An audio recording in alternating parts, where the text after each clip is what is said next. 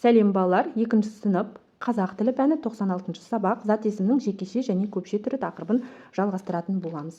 49 жаттығу тақырыбына қарап өлең мазмұнын болжа, өлеңді мәнерлеп оқы. Өтірік өлең, демек өлең өтірік өлең, я? Ал енді өлеңді оқып көрейік. Ақ тауыққа мініп ап, айға кеттім зымырап. Құйынынан тауықтың кетті бұлттар ыдырап. Ауыз әдебиетінен. Ал енді тапсырма орындаймыз. Бұл не себепті өтірік өлең екенін дәлелде, зат есімдерді тауып, жекеше не көпше екенін айт. Балалар, бұл өтірік өлең себебі ақ тауыққа мініп айға ұшу мүмкін емес. Себебі тауық адамды көтере алмайды, және айға дейін ол ұша алмайды да. Және ол бұлттарды өзінің құйынымен ыдырату да мүмкін емес. Бұлттар ауада болады. Оларды құс қозғалса да ыдырата алмайды. Ал айға жету үшін бізге тауық емес, зымыран керек. Сондықтан да бұл өлең өтірік өлең. Ал енді өлеңдегі жекеше және көпше түрдегі зат есімдер. Тауық, ай, құйын бұл жекеше зат есім, бұлттар көпше зат есім. 50 жаттығу.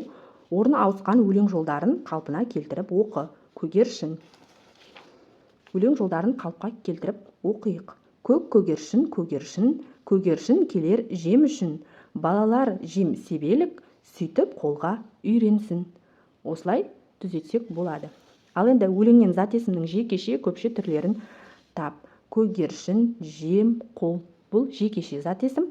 Балалар дегеніміз бұл көпше зат есім. 51 жаттығу. Тірек сөздерді пайдаланып, көгершін бейбітшілік құсы тақырыбына мәтін құрастырып жаз. Тірек сөздер: көгершін, бейбітшілік құсы, хабар әкелген, себебі, ертеде, хаттасушы, алыс елдерден.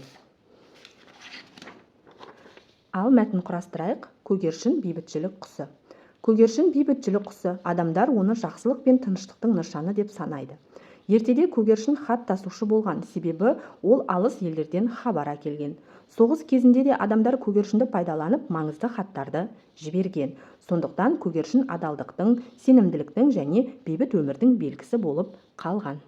Осылай құрастырсақ болады. 52 жаттығу. Жаңылтпашты жатқа жаз. Торта қойдым, орта қойдым, орта қойдым, жорта қойдым. Жаңылтпашты бірнеше рет қайталап, дәптерімізге жатқа жазамыз. Келесі меңзер бағытымен 53 жаттығу. Меңзер бағытымен оқы, шыққан сөйлемді тақырып етіп алып, мәтін құрастырып көр. Яғни мына меңзер арқылы бағытымен оқитын болсақ, бізде құстар біздің досымыз деген тақырып шығады екен. Осы тақырыпты пайдаланып мәтін құрастыруымыз қажет. Құстар біздің досымыз.